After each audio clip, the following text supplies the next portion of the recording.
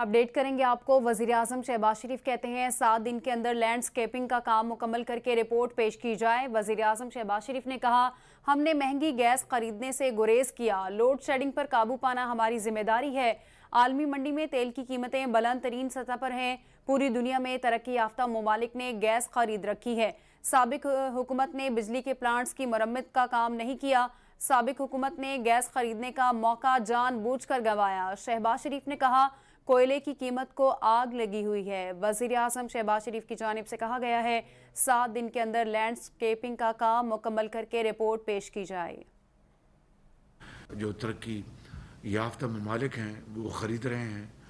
جو recent crisis جو چل رہا ہے یوکرین کا، اس کی وجہ سے، اور جو سیلر جو ہیں انہوں نے بڈز ہی فائل نہیں کی، اس سے ہمیں ایک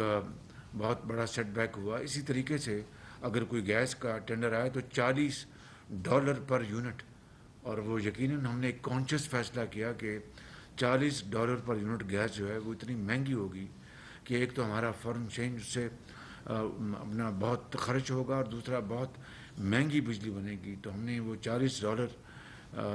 پر یونٹ گیس خریدنے سے ہم نے پرہیز کیا کہ ان وجوہات کی بنا پر۔ مگر پچھلی حکومت کو جب اللہ تعالیٰ نے ایک موقع عطا کیا تھا کہ وہ سستی ترین گیس وہ خریدتی، اس نے اپنی مجرمانہ غفلت کی بنا پر جب گیس $3 یا $4 پر اسپاٹ مارکیٹ میں مل رہی تھی، وہ انہوں نے سودے نہیں کیے۔ اسی طریقے سے لانگ ٹرم سودے اس زمانے میں گیس کے یہ $5 یا $6 پہ ہو سکتے تھے، وہ نہیں کیے۔ اگر وہ ان کو اتنی بصیرت ہوتی، قوم کی ساتھ ہمدردی ہوتی، اور اپنے وقت جو الزامات پر ضائع نہ کرتے، اور حزب مخالف کے لوگوں کو وہ دیوار سے لگانے کی جو دن رات ان کی کوشش تھی، اس سے آدھا وقت بھی وہ معیشت کو ٹھیک کرنے کے لیے، عوام کے دکھوں کو بانٹنے کے لیے اور کچھ ریلیف دینے کے لیے وہ وقت صرف کرتے، تو آج یہ بدترین صورتحال کبھی پیدا نہ ہوتی۔ یہ ایک بہت بڑا میں سمجھتا ہوں کہ المیہ ہے کہ اس وقت جب میاں نواز شریف صاحب نے جب $13 پر قطر کے ساتھ ڈیل کی تھی G2G، اس وقت پچھلی حکومت نے اس میں اتنے الزامات لگائے کہ خود قطر کے عوام پریشان ہو گئے کہ بھئی اتنا شفاف ایگریمنٹ ہوا، اور اس کے اوپر ایک برادر ملک پاکستان اس میں الزامات لگا رہا ہے، تو ان کا دل کتنا دکھی ہوا ہوگا۔ اس کے بعد ایک اور ایگریمنٹ ہوا 10.4 سینٹس پہ، یہ اپنا 5 سال کا، جو پہلا تھا 13% والا 13% والا، وہ 15 سال کا ہے۔ تو میں یہ کہہ رہا ہوں کہ اگر $5 پہ اگر یہ حکومت جو اویلیبل تھی گیس اگر یہ کر لیتی لانگ ٹرم، تو آج پاکستان کے اندر نہ گیس کا اتنا بڑا بحران ہوتا، اور نہ ہی لوڈ شیڈنگ کے حوالے سے، اور نہ ہی انڈسٹری اور ایگریکلچر کے حوالے سے اتنا بڑا کرائسس آتا۔ اس کے لیے ہم اب دن رات بیٹھے ہیں، چاہے وہ کوئلہ ہے چاہے وہ گیس ہے، اس کے لیے پوری کوشش کر رہے ہیں انشاءاللہ انسانی حد تک۔ اسی لیے بیٹھے ہیں کہ سر توڑ کوشش کر رہے ہیں کہ ہم کس طرح لوڈ شیڈنگ کے اوپر قابو پائیں۔ اب حالت یہ ہے کہ اگر عوام کے لیے جب ایک بہت شدید گرمی میں جب ان کو پنکھا نہ چلے تو وہ بد دعائیں دیتے ہیں، اگر گیس کاٹتے ہیں صنعتوں سے تو وہاں پر ہماری جو معیشت جو ہے وہ متاثر ہوتی ہے، اگر گیس کاٹتے ہیں فرٹیلائزر پلانٹ سے تو ہمارا جو زراعت جو ہے اس کو خطرہ لاحق ہوتا ہے، اگر گیس کاٹتے ہیں ٹیکسٹائل سے تو ہماری جو ایکسپورٹ جو ہیں ان کو دھچکا لگتا ہے۔ تو اٹس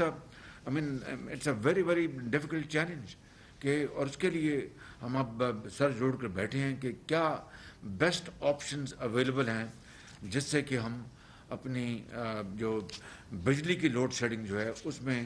ہم کمی لا سکیں۔ عظیم دوست چین کے حوالے سے جو ہمارے سی پیک کے تحت جو کوئلے کے پلانٹ